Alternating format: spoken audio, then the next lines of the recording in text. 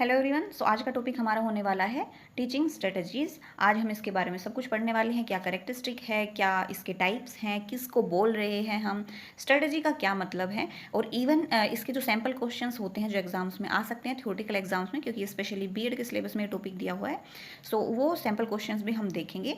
चलिए शुरू करते हैं बिना कोई देरी के। सो सबसे पहले हम समझेंगे कि स्ट्रेटजी का क्या मतलब है। जो स्ट्रेटजी वर्ड है उसका क्या मतलब है, कहाँ से ये एक तरीके से ओरिजिन हुआ है। सो स्ट्रेटेजी जो वर्ड है ना, वो एक ग्रीक वर्ड है, स्ट्रेटेजिया या स्ट्रेटेगोस बोल लो उसको। इन दो वर्ड्स जो बहुत एंशियंट टाइम में यूज़ होते थे, वहाँ से निकला है स्ट्रेटजी। और इसका मतलब होता है एंशियंट टाइम में पहले फौज में या जो लाइक आर्मी के जो जो पर्सन होते थे वो इसको ज़्यादा यूज़ करते थे। तो इसका जो मीनिंग है वहीं से निकल के आया है। सो इसका जो ओरिजिनल मीनिंग है वो होता है आर्ट ऑफ ट्रूप लीडर। क्योंकि जो लीडर होता है वो कुछ ना कुछ प्लानिंग करता है, कुछ स्ट्रेटेजी टैक्टिक यूज़ करता है कि वो जीत जाए, या जो भी जनरल्स वगैरह थे वो मतलब अपना प्लानिंग करते थे। तो उससे रिलेटेड है स्ट्रेटजी। ऑफिस ऑफ जर्नल्स या द आर्ट ऑफ जर्नल्स या स्टेप्स और action taken for the purpose of winning a war. तो आप मतलब समझ गए होगे कि ये वॉर वगैरह से रिलेटेड या आर्मी की जो होती है उनके लिए ये वर्ड था मेनली। तो लेकिन धीरे धीरे इसका जो मीनिंग है वो लाइक चेंज होता रहा, और आज के टाइम में इसका जो मीनिंग पढ़ रहे हो, a plan that is intended to achieve a particular purpose. किसी भी पर्पज़ को अचीव करने के लिए हम एक प्लानिंग बनाते हैं पूरा सिस्टमेटिक वे में, उसी को हम स्ट्रेटजी बोल रहे हैं। ओके, सो ये है स्ट्रेटजी का मीनिंग। अब देखते हैं कि एक तरीके से टीचिंग स्ट्रेटजी का क्या मीनिंग दिया हुआ है। एक बुक लिखी थी मंगल एंड मंगल, ये असेंशियल ऑफ एजुकेशनल टेक्नोलॉजी। इसमें उन्होंने एक डिफाइन किया एक तरीके से इसको, टीचिंग स्ट्रेटजी को। The plans means and specific way specially devised and employ by the teacher for guiding, directing and showing path to the learner for the realisation of set of instructional और teaching learning objective. कि जो teacher है वो guide, direct या एक path show करेगा learner को, जिससे लर्नर की जो इंस्ट्रक्शनल ऑब्जेक्टिव्स जो थे वो अचीव कर पाए वो लर्नर। सो उन्होंने ये डेफिनेशन दी है। अब जो एक तरीके से स्टैंडर्ड डेफिनेशंस हो जाती है ना, ऑथर्स के थ्रू दी जाती है, उससे आप अपना जो भी कॉन्सेप्ट रहते हो वो और अच्छे से क्लियर कर सकते हो। इवन थ्योरेटिकल एग्जाम में आप ऐसी डेफिनेशंस लिखते हो तो इम्पैक्ट ज़्यादा अच्छा पड़ता है। एक और बुक है teaching practice problem and perspective, ये दी है ई स्टोन और एस मोरिस ने। उन्होंने क्या बोला है कि टीचिंग स्ट्रेटजी क्या है, जनरलाइज्ड प्लान है for a lesson which is include structure, desired learner behaviour in term of goal of instruction and an outline of plan tactics necessary to implement the strategy. Same वही कि जो learner का behaviour और गोल एक तरीके से achieve करेंगे, desired learner behaviour goal achieve करने के लिए जो भी एक प्लान हम बनाते हैं, डिफरेंट टैक्टिक्स यूज़ करते हैं, उसको हम स्ट्रेटजी बोल रहे हैं। ओके, या अपनी वर्डिंग्स में बोलें या इसकी कुछ और क्वालिटीज़ को ध्यान में देखें तो it is an organizational plan और set of systematic procedure design to convey subject matter to the learner. की सब्जेक्ट मैटर है वो लर्नर तक पहुंचाने के लिए एक सिस्टमेटिक डिज़ाइन है। They are different teaching strategies such as recitation, discussion, explanation, role play, game, simulation. तो ये डिफरेंट मैथड है, डिमॉन्स्ट्रेशन मैथड वगैरह हो गया। तो इनके थ्रू हम नॉलेज को ट्रांसफ़र करते हैं। जो स्ट्रेटेजीज टीचर हैं वो ये यूज़ करते हैं। ड्रिल वगैरह हो गया, डिबेट हो गया, तो जैसा उनको जब चाहिए होता है, उनको सही लगता है, वो स्ट्रेटेजीज को चेंज करते हैं। No teaching strategy is better than others in all circumstances, it should be select rationally. इसमें बताया कि कोई भी टीचिंग स्ट्रेटजी, हम ये नहीं बोल सकते कि लाइक प्रैक्टिकल मेथड को यूज़ कर रहे हैं, लाइक डिमॉन्स्ट्रेशन या हम करा के हैंड ऑन एक्सपीरियंस वगैरह करा के देख रहे हैं, तो वो ज़्यादा बेटर है लेक्चर मेथड से। क्योंकि कई बार लेक्चर मेथड है वो अपना काफ़ी अच्छा रहता है, और कई चीज़ों के लिए लाइक एक्टिविटीज़ वगैरह के लिए डिमॉन्स्ट्रेशन मेथड या एक्टिविटी वाले जो रोल प्ले वाले जो स्ट्रेटजीज होती हैं वो काफ़ी अच्छी होती हैं। तो एक से अच्छी है दूसरी ऐसा नहीं बोल सकते। हाँ, एक सिचुएशन में कौन सी बेस्ट है वो हम बोल सकते हैं। The decision regarding the selection of appropriate teaching strategy strongly influenced by the outcome of teacher want learner to achieve. अब टीचर डिसाइड करता है कि वो कौन सी स्ट्रेटेजी यूज़ करेगा, और वो भी ये ध्यान में रखते हुए कि उसको रिजल्ट क्या चाहिए, वो क्या चेंजेस चाहता है अपने स्टूडेंट्स में या लर्नर में। ओके, सो टीचर ही डिसाइड करता है स्ट्रेटेजीज को। करेक्टरिस्टिक देख लेते हैं। वैसे मोस्टली करेक्टरिस्टिक उसी में से हो जाती है कि क्या चाहता है टीचर, क्या नहीं चाहता है। So it make teaching systematic and purposeful. एक टीचिंग जो प्रोसेस होती है उसको सिस्टमेटिक और पर्पजफुल बनाती है। टीचिंग स्ट्रेटेजी जो होती है एक तरीके से गोल जो होते हैं हमारे टीचिंग के वो इन्वॉल्व करती है। डिटरमाइन स्टेप्स और action to be carried out achieving the goal and mobilizing available resources और mean of execution of actions. वो सब चीज़ों को कवर करती है। क्या गोल है, क्या स्टेप्स हैं, क्या एक्शन लिए जाएंगे, और लाइक जो भी मीन्स या कुछ भी इक्विपमेंट्स या कौन सा मेथड है वो एग्जीक्यूशन के लिए क्या चाहिए, वो सारी चीज़ें एक स्ट्रेटेजी लाइक 0 से 100 तक सब कुछ कवर करके चलेगी। Strategy of teaching help in realization of educational objective, it serve the effective purpose of reaching the educational goal. एक तरीके से इफेक्टिवली आप एजुकेशनल गोल को अचीव कर पाओ तो उसके लिए हमें स्ट्रेटेजी बनानी पड़ेगी। ये हमेशा टीचिंग लर्निंग ऑब्जेक्टिव और लर्नर से रिलेट करती है। एक तरीके से टीचिंग स्ट्रेटेजीज है वो सेलेक्ट की जाती है लर्नर ऑब्जेक्टिव्स के जो होते हैं हमारे उनके मतलब उनके लिए, और कौन करता है, टीचर करता है। टीचिंग स्ट्रेटेजीज जो है एक तरीके से डाइवर्स होती है नेचर में।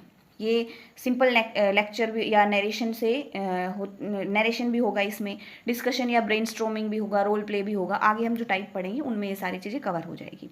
स्ट्रेटजीज है वो चेंज हो सकती है, मॉडिफाई हो सकती है, डिपेंड करेगा कि जो टीचिंग है वो किस सिचुएशन में हो रही है, कौन से टॉपिक को किस तरीके से पढ़ाने की ज़रूरत है। अब साइंस के एक्सपेरिमेंट्स है, अगर हम सिर्फ मुँह ज़ुबानी पढ़ाएं, लेक्चर मेथड से पढ़ाएं तो वो उतना इफेक्टिव नहीं होगा, क्योंकि स्टूडेंट्स को समझ में ही नहीं आएगा किसका कलर क्या हुआ, क्या रिएक्शन हो रहा है। वही चीज़ अगर हम लेबोरेटरी में उनको उनके सामने डिमॉन्स्ट्रेट करेंगे तो स्टूडेंट के दिमाग में छप जाएगा और वो उसको और अच्छे से याद कर पाएगा। वो याद देख के उसके सेंस ऑर्गन्स हैं वो और एक्टिवेट होंगे तो वो और अच्छे से परमानेंटली उस मेमोरी में अपने में फीड कर पाएगा उस नॉलेज को। ओके, सो डिफरेंट सिचुएशन या डिफरेंट लर्निंग ऑब्जेक्टिव्स जो हैं उनके लिए डिफरेंट डिफरेंट स्ट्रेटजीज़ का यूज़ किया जाता है। टीचिंग स्ट्रेटजीज जो हैं, different teaching strategies are simply different way of helping students to learn, और in other word different way of helping them to achieve learning outcome. Like वही same चीज़ है कि अलग अलग तरीके से हेल्प करती है स्टूडेंट की कि वो अपने लर्निंग ऑब्जेक्टिव्स हैं वो अचीव कर ले। It become a mean of transferring the content of education from teacher to learner. It helps teacher to decide how to initiate learning process, to engage learner, और how to translate the concept of what teaching learning material can be selected to make transaction enjoyable and learning meaningful. ये NCERT ने 2013 में ये definition दी थी। उन्होंने ये बोला है कि टीचर डिसाइड करेगा कि उसको कैसे तो लर्निंग प्रोसेस है वो इनिशिएट करनी है, कैसे लर्नर को इंगेज करना है, कैसे वो नॉलेज को ट्रांसफ़र करेगा, और जो यूज़ करेगा वो जो भी मटेरियल यूज़ कर रहा है टीचिंग लर्निंग मटेरियल वो कैसे वो सेलेक्ट कर रहा है, और उसका जो मेन पर्पज़ है वो ये रहेगा कि उसको जो ये नॉलेज का आदान प्रदान हो रहा है ना, ट्रांजैक्शन हो रहा है, उसको ज़्यादा से ज़्यादा इंजॉयबल बनाना है और मीनिंगफुल बनाना है, कि ज़्यादा से ज़्यादा जो नॉलेज है वो ट्रांसफ़र हो और बिहेवियर ऑब्जेक्टिव जो हम लेके चल रहे हैं वो अचीव कर पाए learner. Okay, then it make learning more effective, easy and fruitful. ठीक है, ज़्यादा मतलब ईजी हो, फ्रूटफुल हो, इफेक्टिव हो। It make it effective, there should be a match between learning objective and teaching strategies. जो लर्निंग ऑब्जेक्टिव है उनके अकॉर्डिंग ही टीचिंग स्ट्रेटजीज चूज़ की जानी चाहिए। It doesn't only consider the logical presentation of content but also psychological aspect of learner such as their interest, need, motivation level. अब कई बार क्या होता है कि कुछ टॉपिक पढ़ा रहा है टीचर, लेकिन स्टूडेंट बोर हो रहे हैं ऑलरेडी, उनके 2-3 लेक्चर ऐसे गए हैं जो प्रैक्टिकल सब्जेक्ट्स नहीं थे, उनको नींद आ रही है, तो टीचर को स्ट्रेटेजी चेंज भी करनी पड़ सकती है। वो थोड़ा एक्टिव स्ट्रेटेजी, जो चाइल्ड सेंटर्ड स्ट्रेटेजीज होंगी ना, उनको फोकस में लेके आएगा कि वो ज़्यादा एक्टिव रहे, थोड़ा एनर्जेटिक फील करे, पार्टिसिपेट करे और लाइक उनमें ज़्यादा इन्वॉल्व हो। अगर वो भी लेक्चर मेथड यूज़ करेगा चौथे 5वें पीरियड तक तो बच्चे के अब तक नींद में आ जाए, फिर नॉलेज का ट्रांसफ़र जो हो रहा है वो तो 0 के बराबर पहुंच जाएगा, कोई ट्रांसफ़र नहीं होगा। It help in implementing the principle and maxims of teaching into the classroom to the maxim. तो ये प्रिंसिपल और मैक्सिम्स को एक तरीके से क्लासरूम में इंप्लीमेंट करने में हेल्प करती है। It include the activity both on part of learner teacher for creating appropriate teaching learning environment for the realisation of objective, दोनों तरफ से ही रहेगा। It require a number of well plan tactics for its effective implementation. एक proper मतलब strategy चाहिए इसके effective implementation के लिए। अब मेन है टाइप, 2 टाइप की होगी, पहला है ऑटोक्रेटिक, दूसरा है डेमोक्रेटिक। डेमोक्रेटिक नाम से ही समझ रहे हो कि मतलब बच्चे का इन्वॉल्वमेंट इक्वल रहेगा जितना टीचर का इन्वॉल्वमेंट है, या यूँ लगा लो बच्चे के ऊपर ही है सारा फोकस। ऑटोक्रेटिक जो होता है उसमें रहता है कि या तो सब्जेक्ट के ऊपर है या टीचर सेंटर्ड है वो स्ट्रेटेजीज, तो दोनों के कुछ टाइप्स दिए हुए हैं। सो ऑटोक्रेटिक हो जाएगी जो टीचर सेंटर्ड स्ट्रेटेजीज रहेगी, या सब्जेक्ट सेंटर्ड स्ट्रेटेजीज जो रहेंगी वो आ जाएगी इसमें। जैसे लेक्चर मेथड हो गया कि टीचर है वो सिर्फ डिलीवर करेगा स्टूडेंट को। डिमॉन्स्ट्रेशन मेथड जैसे हो गया कि कोई भी टास्क है वो टीचर परफॉर्म करके स्टूडेंट के सामने दिखा रहा है और स्टूडेंट है वो ऑब्जर्व कर रहा है एक जगह पे बैठ के। ओके, उसकी प्रैक्टिस वो बाद में करेंगे, जो हैंड ऑन एक्सपीरियंस दिया जाएगा वो बाद में दिया जाएगा, मतलब अलग में आ जाएगा। ट्यूटोरियल मेथड हो गया कि टीचर है एक तरीके से छोटे छोटे जो ग्रुप्स होते हैं ना, अगर उनको कुछ स्किल्स वगैरह सिखानी होती है तो वो ग्रुप बनाते हैं 4-5 स्टूडेंट का, वो जैसे आपने लेबोरेटरी वगैरह में देखा होगा, और वो लाइक जैसे हम करते थे 9th-10th में आता है सर्किट फॉर्मेशन वगैरह और ये चीज़ें, तो टीचर दिखाता था कि ऐसे ऐसे सर्किट बनेगा, और बच्चे जो 4-5 के ग्रुप में रहते थे वो उनको देखते रहते थे कि हाँ ऐसे ऐसे ये काम हो रहा है। ओके, स्टोरी टेलिंग मेथड हो गया कि भाई एक स्टोरी के थ्रू बच्चों को इंगेज करना उसमें। दूसरा आता है डेमोक्रेटिक। डेमोक्रेटिक रहेगा कि इसमें स्टूडेंट सेंटर्ड रहेगा, कि स्टूडेंट को एक्टिव रहना पड़ेगा वहाँ पे। ऑटोक्रेटिक में तो स्टूडेंट पैसिव था, टीचर एक्टिव था। यहाँ पे स्टूडेंट एक्टिव हो जाएगा और टीचर का रोल है वो थोड़ा कम हो जाएगा। जैसे डिस्कशन मेथड है, डिस्कशन मेथड में वो ग्रुप्स बनाएगा और स्टूडेंट को एनकरेज करेगा कि आप अपने आइडियाज़ को शेयर करो, डिस्कस करो और फिर एक कंक्लूजन पे पहुंचो। देन प्रोजेक्ट बेस्ड, उसमें क्या होता है कि प्रोजेक्ट दिया जाता है स्टूडेंट को और लाइक वो प्रोजेक्ट पे वर्क करते हैं, वो टॉपिक को और भी ज़्यादा डिटेल में लाइक और अपनी स्किल्स वगैरह को डेवलप करने के लिए पढ़ते हैं, खुद ही प्रोजेक्ट के ऊपर वर्क करते हैं। वो कोऑपरेटिव लर्निंग हो गया कि लाइक छोटे छोटे ग्रुप्स में स्टूडेंट्स को बांट दिया और आपस में वो मिल के एक टास्क को कंप्लीट करते हैं। इंक्वायरी बेस्ड लर्निंग हो गया कि वो लाइक बच्चे, एक क्वेश्चन दे दिया गया है या एक सिचुएशन दे दी गई है, बच्चा खुद उस टॉपिक को एक्सप्लोर करेगा, खुद डिस्कवर करेगा नॉलेज, और खुद ही वो एक तरीके से रिजल्ट पे पहुंचेगा, और बाद में फिर टीचर चेक करता है कि वो सही है या नहीं है, उसकी गाइडेंस बाद में आती है।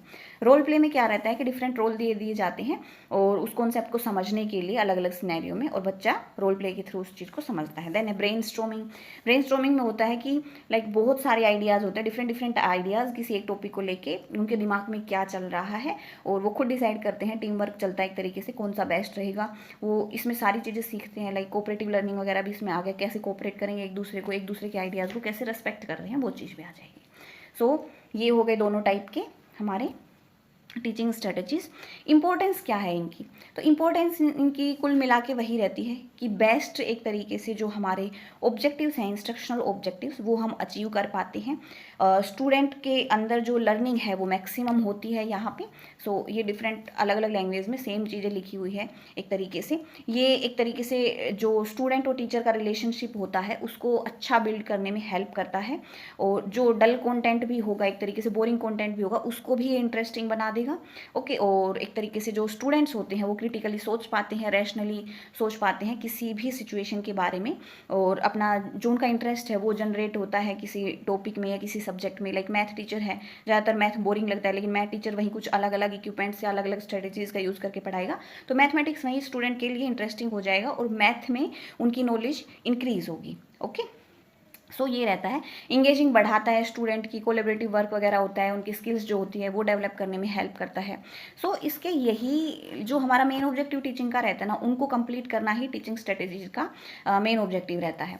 ये एक तरीके से स्टूडेंट्स के लिए अपॉर्चुनिटी देती है कि वो कैसे सोचे, क्या सोचे, मतलब एक तरीके से अंडरस्टैंड करे कॉन्सेप्ट को।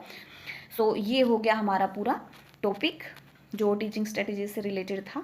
इसमें हमने पढ़ा है स्ट्रेटेजी क्या होती है, कैरेक्टरिस्टिक और इंपॉर्टेंस क्या है हमारी टीचिंग स्ट्रेटेजीज के। दो टाइप की होती है, ऑटोक्रेटिक, डेमोक्रेटिक, और दोनों टाइप में कौन कौन सी हम काउंट करते हैं। अब कुछ क्वेश्चंस हैं, मान लो अगर आ जाते हैं आपकी थ्योरेटिकल एग्जाम्स में, तो यहाँ से आप इस तरीके से लाइक कुछ सैम्पल मैंने देखे थे, जो हम अपना ई ज्ञान कोर्स या ऐसे जो गवर्नमेंट वेबसाइट्स हैं वहाँ पर इस तरीके से सैम्पल दिए हुए हैं, तो वो मुझे थोड़ा अच्छा लगा, तो आप ये यूज़ कर सकते हो, यहाँ से देख सकते हो इसी टॉपिक में से कि कैसे क्वेश्चन पूछे जा सकते हैं और कैसे हमें आंसर करना है। ओके, सो ये हो गया। आई होप कि आपके लिए हेल्पफुल रही। नेक्स्ट वीडियो में हम डिफरेंट टीचिंग स्ट्रेटजीज़ के बारे में पढ़ेंगे कि अलग अलग से कि क्या होता है उनमें, क्या प्रोसेस यूज़ किया जाता है, किस लिए यूज़ किया जाता है, एक्चुअल में जो सिनेरियो क्या होता है, क्या सिचुएशन होती है कि हम उसी स्ट्रेटजी को यूज़ कर रहे हैं, क्या स्पेसिफिकेशन है, क्या करेक्टरिस्टिक है उसकी। सो सारी चीज़ें हम डिटेल में करेंगे एक एक वीडियो में। सो आई थिंक ये आपके लिए हेल्पफुल रहा होगा। अगर आपको हेल्पफुल लगता है थोड़ा सा भी, तो चैनल को सब्सक्राइब करें, वीडियो को लाइक करें और शेयर करें। Thanks for watching this video. मिलते हैं नेक्स्ट वीडियो में नेक्स्ट टॉपिक के साथ।